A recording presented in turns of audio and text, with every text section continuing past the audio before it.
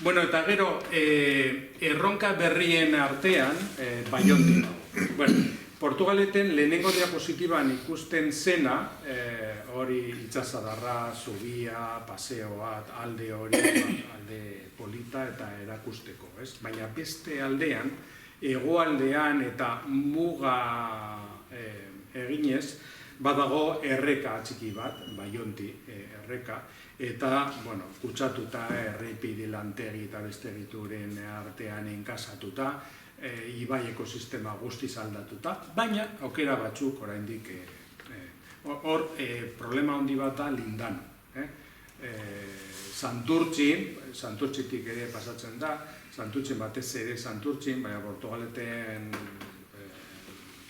ziur ez dakigu oraindik, baina agian bai, baina Santurtzin hori dago, Etxeuli, ez da hori izena, bueno, han bota zuten Lindano bere momentuan, eta, klar, oraindik hori egiten duenean, eramaten du, eta gero errekan bukatzen du, eta orduan kutsatuta dago beste gauzen artean. Zestaon ere, ez da? Bai, Zestaon ere, gero,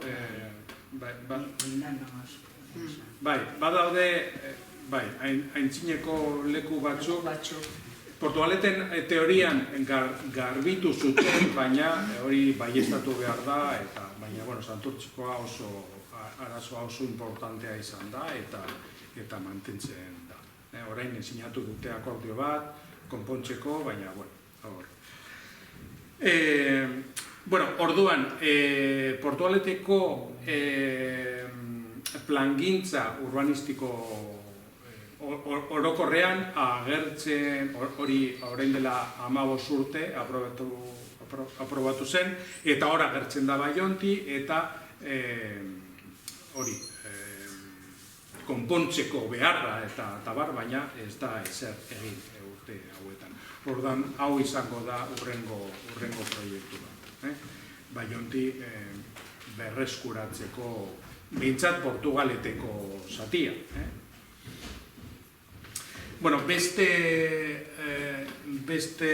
proiektu berri bat izango da hau parke topaketak, eta azkenean da, bueno, parkeak bizi proiektuaren ideia, gutxo gorabehera, idei hori mantendu, baina ekintzak eta bizitak eta paseoak eta bar, Portugaleten bizi diren migranteekin batera egitea. Eta horretarako, bueno, migranteekin lan egiten duten elkarteekin kontaktuan eta lanean ari gara. Hau,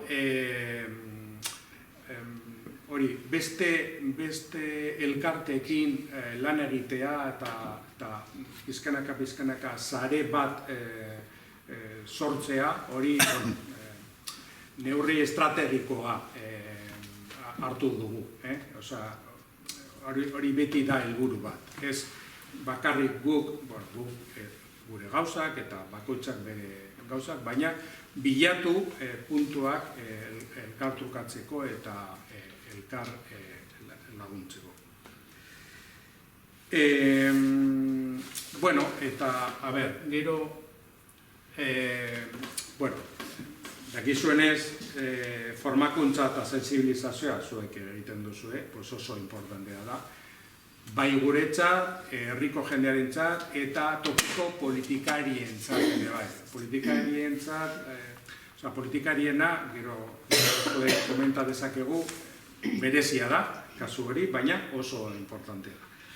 Eta atal honetan, ekintza ezberdinak egin ditugu, alde batetik kuadernoak, orain arte, 2 kuaderno atara ditugu, bai hori parkearekin lotuta, parkeak bizi, eta hiria berdatzeko proposamenak.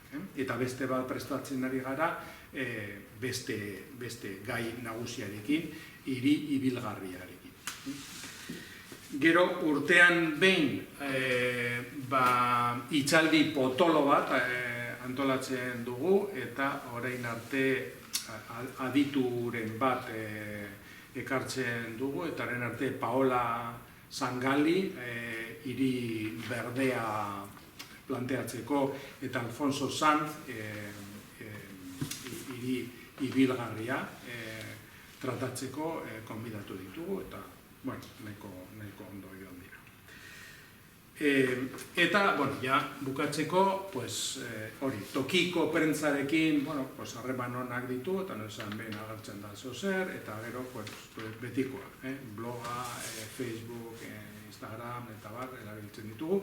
Eta gero, San Roque proiektuaren kasuan, hor, bueno, WhatsApp talde bat egin dugu, eta 100 piko pertsona parte hartzen dugu, eta, bueno, joku ona ematen du ideiak trukatzeko, deialdiak bideratzeko, eta hor, saiatu ginen ideien proposamen dosier bat egiten, eta orduan jendeak bai parte hartu zuen, eta bidaietan edo korretan ikusten zutenean halako esperientzia bat, hori plaza bat, behar naturalizatu dutela edo alako zozer, argazki bat eta komentario txiki bat, eta bueno, lortu genuen esperientzien hori bilduma polita. Eta, bueno, hau da gutxi gora bera, gure proposamena eta gure historia. Orain nahi baduzue zozer komentatu edo zozer nahiago galdetu edo